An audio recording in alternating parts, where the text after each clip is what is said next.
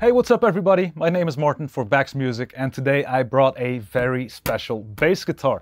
It's a Sire Marcus Miller V10-4 second generation.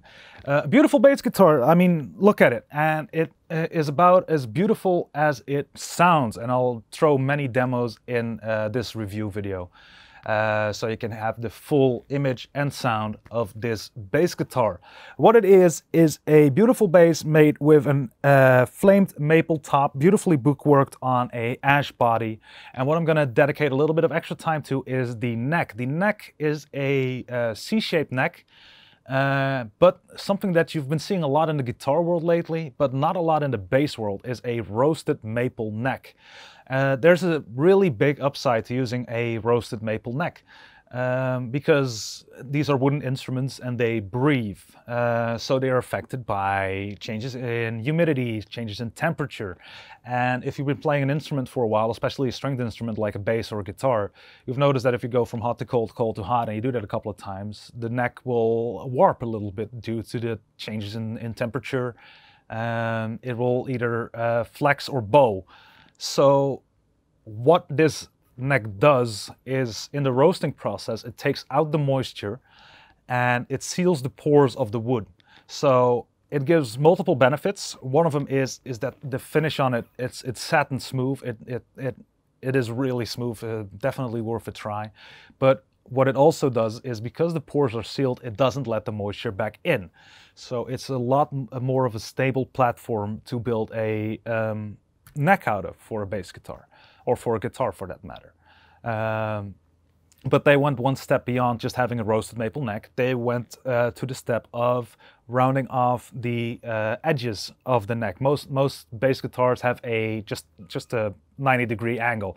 This is very well rounded, and the fretwork on this is also immaculate. So this bass really does allow for smooth operation. If you do a lot of slides, if you do a lot of fast lines, this neck will benefit you a lot in playing in such a way. So yeah, really great addition to this already great bass guitar. I already mentioned this beautiful top, flame maple, but if you want to keep it as beautiful as it is now, Sire also included a pickguard that you can put on retroactively. So once you go like, hey, I play with a pick, or I play really aggressive or wild, and you want to keep it as nice as you can possibly do if you're playing really wild, you can add the pickguard on, of course, to keep it all clean. But looking at the body, we got a couple of features on here. I'm going to talk about the pickups, and I'm going to talk about the EQ, and then I'm going to show you or demonstrate a couple of sounds to you. So what do we have here? We have two Sire Marcus Miller Premium J Revolution pickups. These are single coils, and in combination they act as a humbucker, because as you can tell, except for the little bit of ringing, there we go, it's a perfectly clean tone, but you also have the option to go for a single coil, either in the bridge or in the neck position. We got a very powerful EQ. I'm going to flip the bass for you real quick. You'll notice that they have two 9-volt battery compartments. These are for two 9-volt batteries,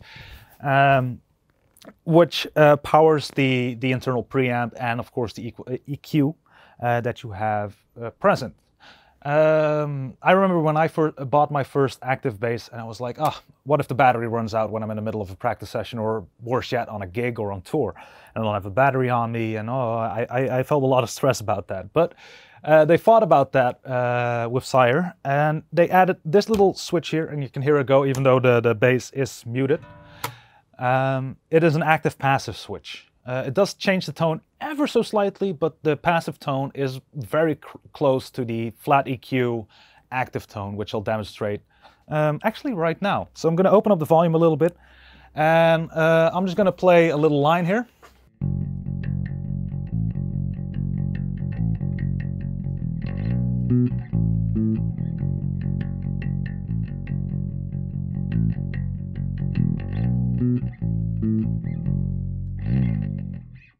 And I'm going to flick the switch.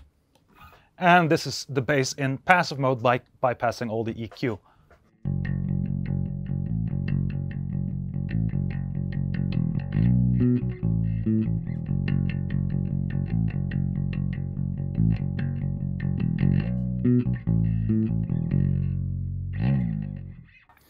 And you notice that there's very little difference between the passive and the active mode. It does take a little bit of volume down, but of course that's easily compensated with the volume dial on your amp.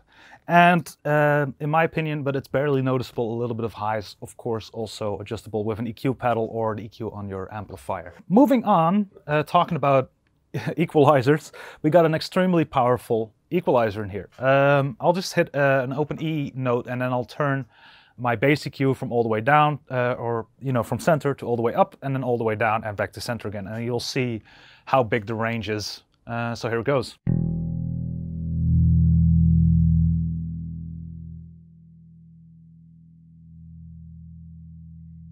But if you actually play a riff with it, I'm going to put it around, because you've heard how powerful that EQ is. So I'm going to turn it like halfway up. There we go. And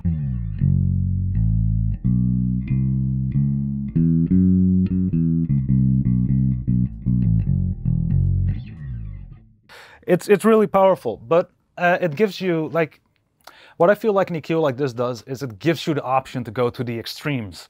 Most people don't go to the extremes, but within that large spectrum of way too much bass or way too little bass, there's always the right amount of bass for you and your song. So that is a really powerful feature within this bass that we just got at our fingertips, at our disposal at all times. Next to that, we got a mid control. And this is a dual knob. So you got a knob for the amount of boost or the amount of cut from the signal, but you can also adjust if you want to have it in the low mids or in the high mids. And you can just, again, just seamlessly switch between that by just rotating the knob around. And one thing I like to show to demonstrate this is harmonics. So this is just flat EQ.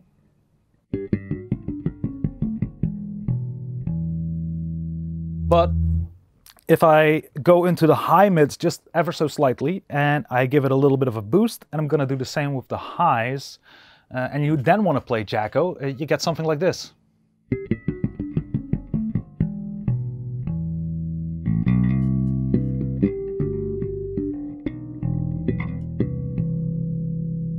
Those harmonics really start to sing. If you want to add and incorporate that into your sound, it gives you the opportunity, and I barely use 20–30% of it. You got so much more headway to go. So beautiful addition to this bass. Above that, we got the pickup selection. So you get a choice to choose the neck pickup. You can also choose the bridge pickup and anywhere in between. The EQ knobs are notched, so you know exactly where the center is. They have a little tell, and you can feel it that you're in the center. The pickups have this as well, so you know exactly when it's in the middle, but of course, being single coils, you'll notice when you're not in the center with the pickup selector, because you'll get the characteristics of a single coil, which gives a little bit of hum. I'll put the pickup selector all the way to the neck position, and we'll have a little sound sample of what that sounds like.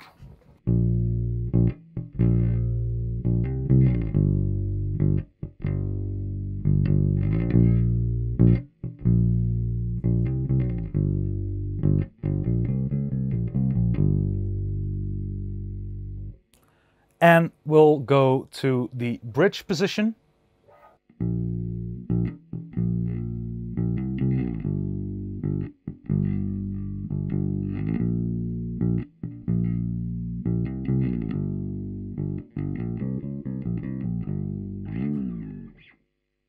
And we'll go back into the humbucker mode, and I'll demonstrate the same riff for you guys.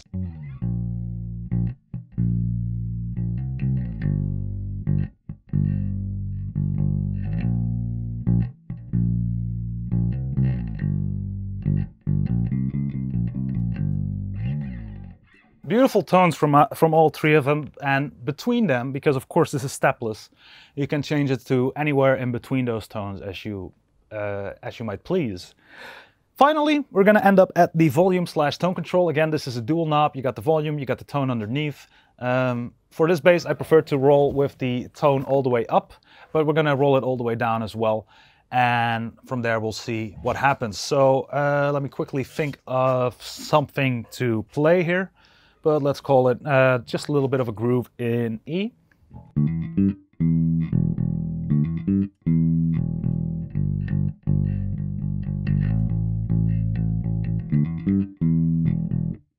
And let's turn the tone all the way down.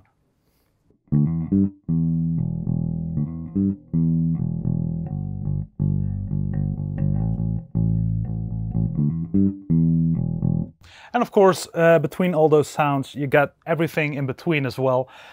So a lot of options with just 5 knobs, and of course the active passive switch. All right, so in closing, you can also get take out a little bit of the grit of this bass by just slightly turning off the volume control. And I'm gonna also turn down the tone control a little bit as well, because this is of course a Marcus Miller bass, so it would be remiss if I didn't play a little bit of slap on it. So here it goes.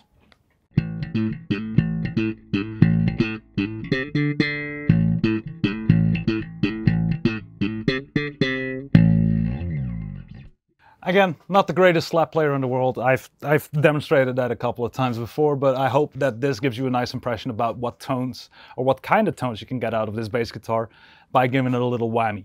So all in all, great bass guitar, not too expensive for the quality that you're gonna get. Talking about the price point, this one is in the price range where you can rent it if you want to try it for an extended period of time without committing to a purchase just yet. Check out our website for more details on that. In closing, great bass guitar. You got the stability with the neck, you got the great looks, you got the protection from dead batteries with the active passive switch, but the passive switch also gives a great tone. I feel like all in all, this is one great package